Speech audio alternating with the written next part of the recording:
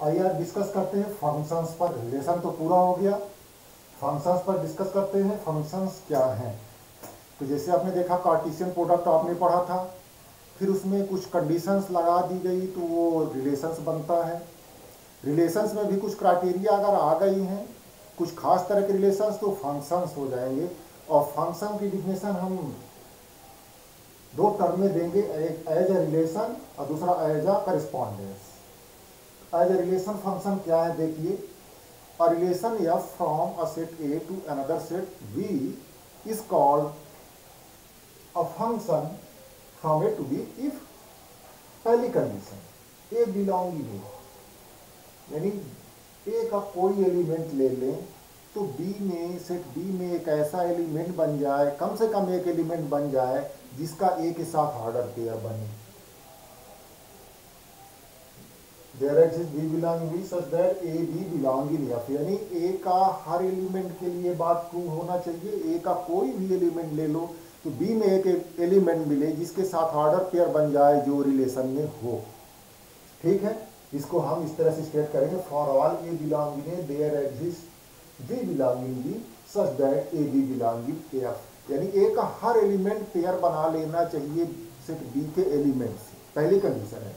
दूसरी, if A B belong in F and A C belong in F, यानी A B से भी relate हो रहा है, ए का वो रिलेशन बी से भी है और ए का रिलेशन सी से भी है। ऐसी बात नहीं होनी चाहिए। एक एलिमेंट सेट ए का बी के दो एलिमेंट से रिलेट नहीं होना चाहिए। अगर है, अगर A B belong in F और A C belong in F दोनों है तो डेफिनेटली बी और सी डिफरेंट एलिमेंट्स फिर नहीं होंगे, वो सेम एलिमेंट होंगे।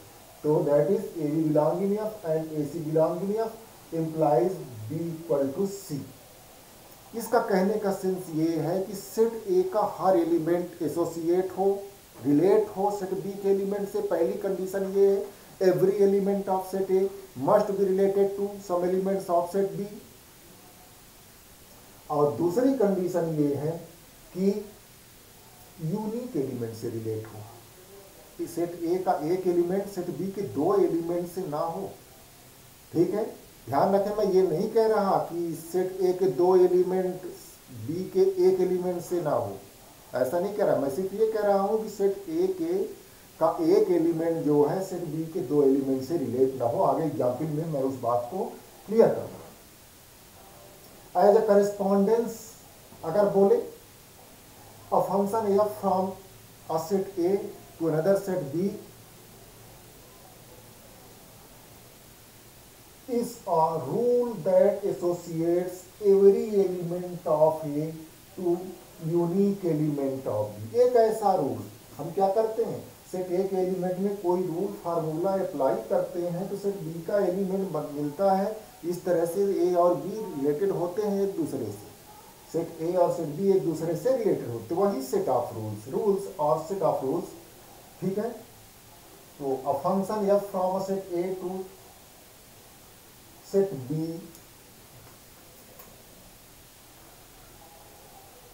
is a rule that associate every element of set A to unique element of set B।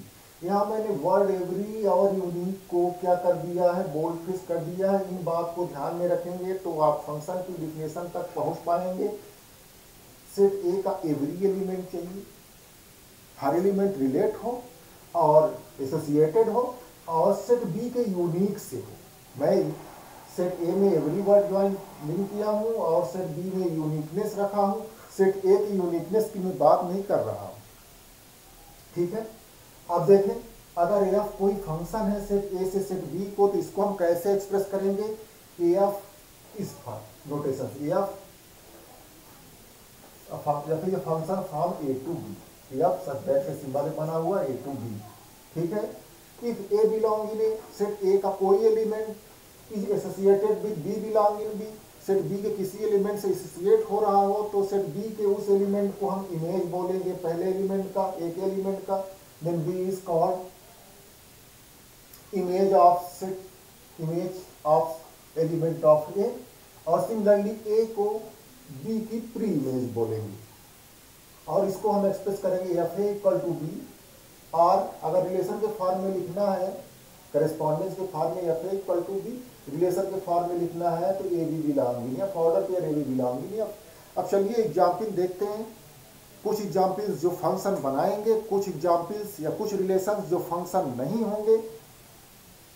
If A equal to 2 4 6 8, A set 2 4 6 8 हो एंड बी इक्वल टू 3 5 7 8 9, दूसरा set B ये हो और करस्पॉन्डेंस इस तरह से दिया गया हो F X equal to X plus 1। इस करस्पॉन्डेंस को अगर आप रिलेशन के फॉर्म में रखना चाहते तो एक्स प्लस 1 रखते। तो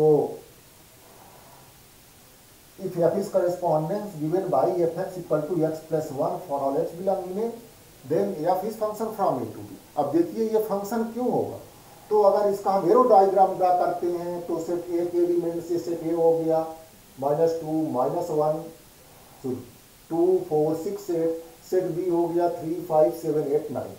अब अगर ये x प्लस 1 का रूल लगाएं तो 2 अगर x लेते हैं तो x प्लस 1 3 हो जाएगा, तो सेट ए का x एलिमेंट सेट बी के x प्लस 1 यानी 3 से एसोसिएट होगा। इसी तरह से 4 जो है 5 से एसोसिएट हो जाएगा, 6 7 से एसोसिएट हो जाएगा और 8 9 से एसोसिएट हो जाएगा। अब ये कंडीशन देखिए, every element of set A must be associated with some element of set B. तो देखिए ए का हर एलिमेंट एसोसिएट हो रहा है, जुड़ रहा है सेट बी के एलिमेंट से। अब ये यूनिकनेस वर्ड देखिए, इस सेट बी के यूनिक एलिमेंट से हो रहा, तो कोई भी एलिमेंट सेट ए का सेट बी के 2 एलिमेंट से नहीं हो रहा, सेट बी में हमें यूनिकनेस चाहिए। ठीक है, यहाँ 8 जो है तो किसी से एसोसिएट नहीं हो रहा, तो ये कंडीशन हमने डिफिनेशन में नहीं बोली है। सेट बी में कुछ एलिमेंट अनएसोसिएटेड हो सकते हैं, सेट ए में नहीं होना चाहिए, सेट बी में सिर्फ हमें यूनिकनेस देखनी है। तो ये फंक्शन होगा, फंक्शन की क्राइटेरिया में आ रहा है। दूसरा एग्जाम्पल दें, अगर a -2 -1 0 1 2 ले लें और सेट बी ले लें 0 1 4 और फंक्शन को डिफाइन करें F X equal to X square, यानी अगर इसको रिलेशन के फॉर्म डिफाइन करेंगे तो एक्स स्क्वायर ऑर्डर पेयर ये बिलोंगिंग एफ, यानी पहला अगर एक्स हो तो दूसरा उसका ऑर्डर पेयर, तो दूसरा एलिमेंट उसका स्क्वायर हो। तो देखिए इसको बोला है ये function from A to B, ये सेट ए हो गया, ये सेट बी हो गया, और अगर इसका हम एरो डायग्राम ड्रा करें तो -2 का स्क्वायर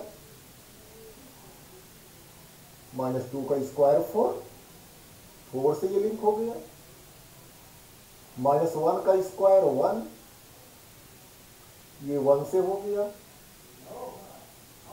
0 का स्क्वायर 0 ही होगा, ये 0 से हो जाएगा, 1 का स्क्वायर 1 और 2 का स्क्वायर 4। अब वो कंडीशंस देखिए कि सेट ए का हर एलिमेंट एसोसिएट हो रहा कि नहीं, तो सेट ए का हर एलिमेंट सेट बी के किसी न किसी एलिमेंट से एसोसिएट हो रहा है। अब देखें सेट ए का यूनिक एलिमेंट, सेट ए का एलिमेंट सेट बी के यूनिक एलिमेंट से हो रहा कि नहीं हो रहा, तो यहाँ यूनिकनेस है। सपोज आप -2 देखें, -2 किससे एसोसिएट है, 4 से एसोसिएट, और किसी से एसोसिएट है -2 नहीं है, यानी सेट बी में उसकी यूनिकनेस बनी हुई है। ये अलग बात है कि 2 एलिमेंट 4 से एसोसिएट हो रहे हैं, तो ये क्राइटेरिया फंक्शन में फंक्शन होने के लिए नहीं है कि अगर इसके 2 एलिमेंट एक से हो तो फंक्शन नहीं होगा, सिर्फ हमें बी में यूनिकनेस देखनी है। इसी तरह से -1 और 1 दोनों 1 से हो रहे हैं, 0 जो है 0 से हो रहा है, तो ये सेट होगा क्योंकि सेट ए का हर एलिमेंट सेट बी के यूनिक एलिमेंट से एसोसिएट हो रहा है। तीसरे एग्जाम्पल में आए, ए 1 2 3 4 5 दिया है, बी 2 4 6 8 दिया है, then correspondence F X equal to 2x for X belonging A is not a function from A to B. देखिए इसको एरो डायग्राम से कौन सा करस्पॉन्डेंस दिया है, रिलेशन के फॉर्म लिखे तो x 2x, पहला एलिमेंट जो हो दूसरा उसका ट्वाइस हो, तो 1 जो है 2 से हो जाएगा, 2 4 से हो जाएगा, 3 6 से हो जाएगा, 4 8 से हो जाएगा, 5 किसी से नहीं होगा। तो यहाँ yet every element of set A is not associated with some element of set B. Here we have 5 belonging in A which is not associated any element of set B. So it is not a function. इसलिए function नहीं होगा क्योंकि यहाँ एक element ऐसा है जो set B के किसी एलिमेंट से रिलेशन नहीं बना रहा।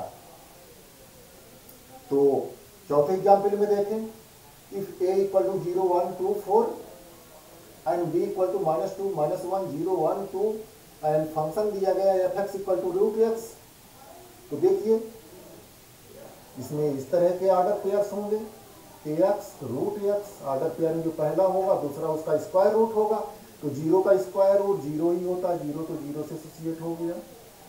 1 का स्क्वायर रूट, तो स्क्वायर रूट देखिए 1 का दोनों होता है, -1 और 1, 1 का स्क्वायर रूट -1 और 1 दोनों होते हैं, तो ये 1 से भी एसोसिएट होगा और -1 से भी होगा। इसी तरह से 4 जो है 4 का स्क्वायर रूट 2 भी होगा और 4 का स्क्वायर रूट -2 भी होगा। तो यहाँ सेट ए का हर एलिमेंट सेट बी के एलिमेंट से एसोसिएट तो हो रहा है, लेकिन यूनिक से नहीं हो रहा। सेट 1 ए का पहला एलिमेंट ले लेंगे, 1 जो है सेट बी के 2 एलिमेंट से हो रहा, तो ये फंक्शन नहीं होगा। अब आइए हम देखते हैं डोमेन और रेंजेस क्या है। डोमेन और कोडोमेन पहले देख लें फंक्शंस के। If f is a function from a to b, then set a is called domain of the function and set b is called the codomain of the function। आसान है पहचानना, अगर a से b function है तो ये domain हो जाएगा, b कोडोमेन हो जाएगा। अब आगे हम आते हैं रेंजेस पर कि फंक्शन का रेंज क्या होगा, रेंज ही पहचानना जरूरी है।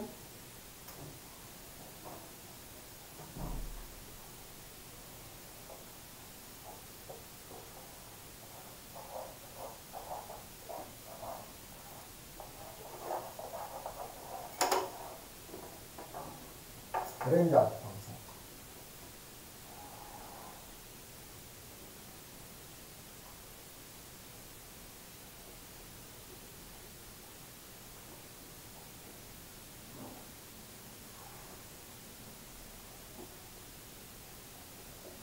if f is a function from set a to b, then the set of those elements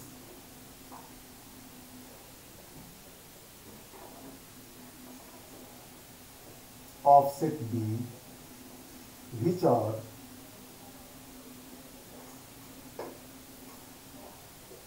associated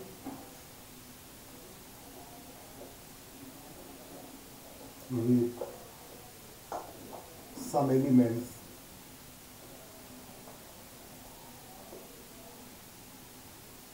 of set B is called range of f।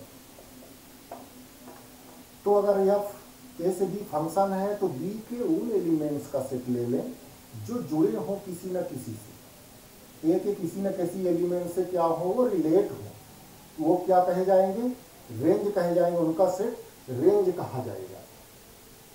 या अदर वर्ड में कहें और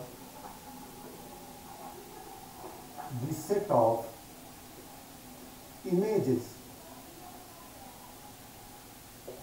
of elements of E is called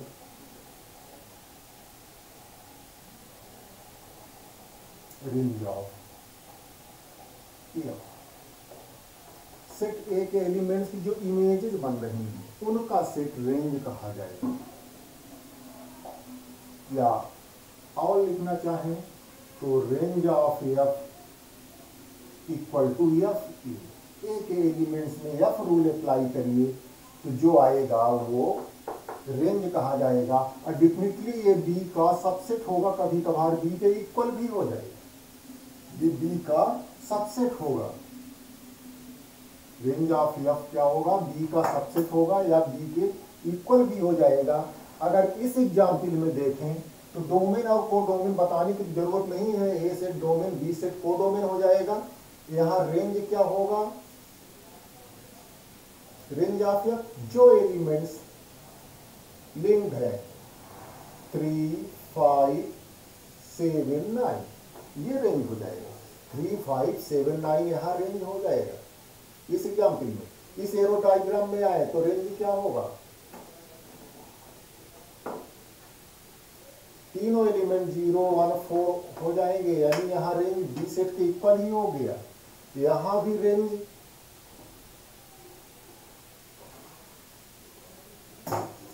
हो जाएगा 2 4 6 8। लेकिन ये function ही नहीं है, तो यहाँ डोमेन और रेंज के बारे में हम डिस्कस नहीं करेंगे। तो इस तरह से ये डोमेन और रेंजेज हैं।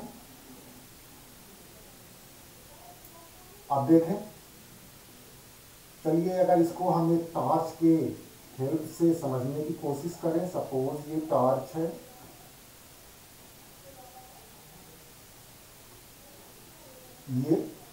ये हो जाएगा डोमेन।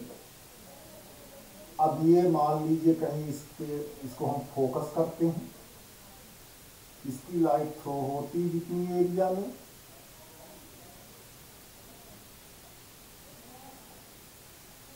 ये पूरे एरिया में लाइट थ्रो नहीं हो रही है, सिर्फ इतनी एरिया में लाइट थ्रो हो रही है। तो ये जो सेट है ये डोमेन हो जाएगा, ये सेट कोडोमेन हो जाएगा, और ये सेट रेंज हो जाएगा। इस तरह से डोमेन, कोडोमेन और रेंज में आप डिफरेंस रखें। आगे क्वेश्चन होगा डोमेन कोडोमेन का। अब देखिए, दो सेट इक्वल कब कहे जाएंगे? Equal sets, sorry, equal functions क्या है?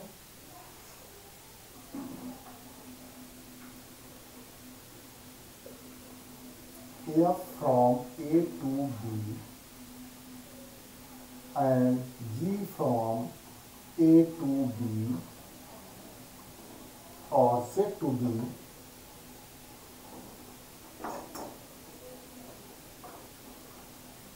equal functions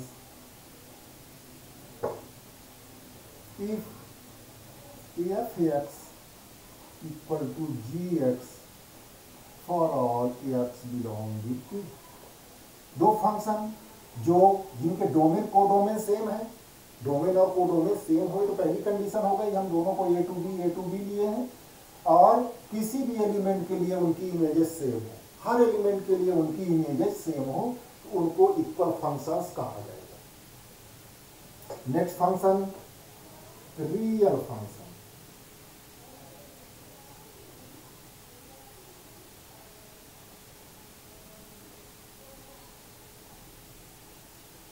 F from A to B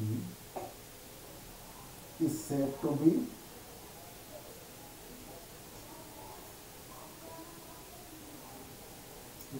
a real function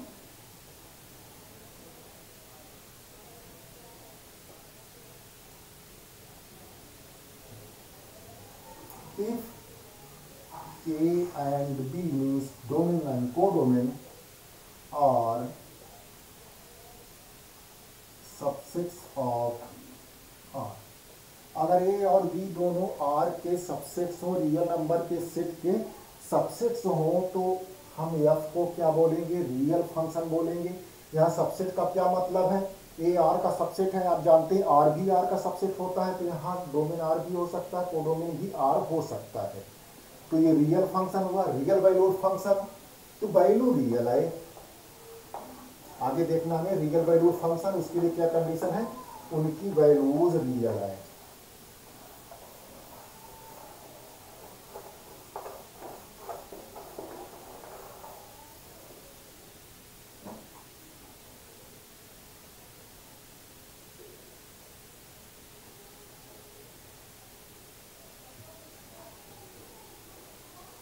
real valued function, कोई फंक्शन रियल वैल्यूड फंक्शन कब कहा जाएगा?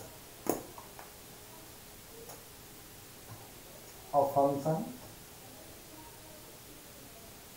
f from A to B is said to be a real valued function if range of f is subset of R. अगर range क्या images का set है, या कहें कि फंक्शन की वैल्यूज का किसी एलिमेंट के वैल्यू का सेट है, तो वो आर का सबसेट हो जाए, उसको रियल वैल्यूड फंक्शन कहेंगे। अब हमें कुछ क्वेश्चंस देखने हैं डोमेन और रेंजेस निकालने के, तो उनको देख लेते हैं। To find domain and ranges of a function,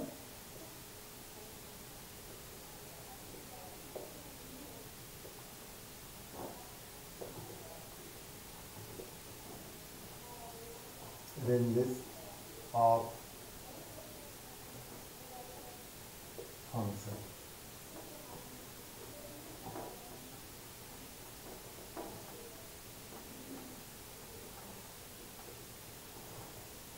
आपकी एक्सरसाइज में डोमेन और रेंज निकालने क्वेश्चन है जो सफिशिएंट नहीं है, तो यहाँ तो हम कुछ एग्जाम्पल देते हैं।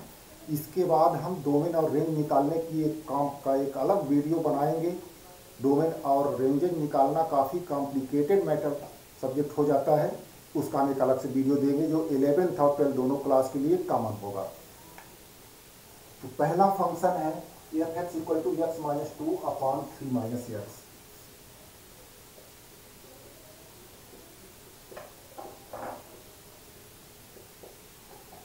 ये फंक्शन है, इसका डोमेन और रेंज निकालना है। तो यहां ध्यान दें कि डोमेन के लिए यानी x की वैल्यूज, डोमेन की जब बात आएगी तो x की वैल्यूज देखना कहां से कहां तक हो सकता है, और रेंज की बात आएगी जब, तो एफ एक्स कहां से कहां तक हो सकता है ये देखना है, और क्या नहीं हो सकता है। एफ एक्स यानी वाई, दूसरा एलिमेंट ऑर्डर पेयर का। इसमें देखें x की दी वैल्यूज के लिए ये क्वांटिटी डिफाइन नहीं है, वो डोमेन में नहीं होगा। ठीक है, x की जिस वैल्यूज के लिए x की वैल्यू रख के यहाँ से हम एफ एक्स निकालेंगे, तो x की कुछ ऐसी वैल्यूज मिलेंगी जहां ये नहीं निकलेगा, अनडिफाइन हो जाएगा। उन चीजों को हमें देखना है कि किसके लिए अनडिफाइन, जिसके लिए अनडिफाइन होगा रियल नंबर में से उसको बाहर हटा देंगे, तो वो क्या हो जाएगा, वो डोमेन हो जाएगा। दो ही केस में कोई एक्सप्रेशन इन जनरल, अभी जहां तक आप पढ़ रहे, दो केस में कोई एक्सप्रेशन क्या होता है, अनडिफाइन होता है। कब, डिनोमिनेटर अगर जीरो हो जाए, डिनोमिनेटर जीरो हो जाए तो कोई चीज अनडिफाइन होता है। स्क्वायर रूट के अंदर निगेटिव नंबर आ जाए, तो निगेटिव का स्क्वायर रूट अभी आपने नहीं पढ़ा है, जब कॉम्प्लेक्स नंबर पढ़ेंगे उसमें हो जाएगा। तो अगर रूट स्क्वायर रूट के अंदर नेगेटिव हो जाए, ये दो बातें ही दिमाग में रखनी है कि कब कोई चीज़ अनडिफाइन होती है। डोमेन में हम किसकी वैल्यू देखेंगे, एक्स की कहाँ से कहाँ तक जानी है, और रेंज की कहाँ से कहाँ तक हो सकती है। तो ये फंक्शन कब कहाँ डिफाइन नहीं होगा, इसको देखिए clearly. F X is not defined for denominator zero, 3 minus X greater than zero, sorry 3 minus X equal to zero पर ये डिफाइन नहीं होगा। मीन्स एक्स इक्वल टू 3 पर, एक्स इक्वल टू 3 पर डिफाइन नहीं होगा, बाकी सारे नंबर पर ये डिफाइन है। तो डोमेन ऑफ एफ हो जाएगा रियल नंबर के सेट में से 3 माइनस का डेसिमल, ये डोमेन हो गया। रेंज निकालने के लिए आप एफ एक्स को वाई के इक्वल पुट कर दें, 3 माइनस एक्स, और इसको एक्स के लिए सॉल्व कर लें। 3 माइनस एक्स की सारी जगह करें, आएगा 3y minus X Y equal to X minus 2।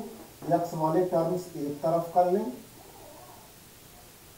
3y plus 2 equal to X plus X Y, और एक्स के लिए सॉल्व करना है तो 3y plus 2 equal to X common ले लेंगे तो 1 प्लस वाई या वाई प्लस 1। तो x की वैल्यू यहाँ आ जाएगी 3y plus 2 upon Y plus 1। तो एफ एक्स की वैल्यू क्या हो सकती है, तो जिसके लिए x अनडिफाइन हो जाए, ये फंक्शन अनडिफाइन हो जाए, वो नहीं लिखेंगे। This is not defined for, this is not defined for y plus 1 equal to zero. अगर डिनोमिनेटर जीरो हो जाएगा तो डिफाइन नहीं हो जाएगा।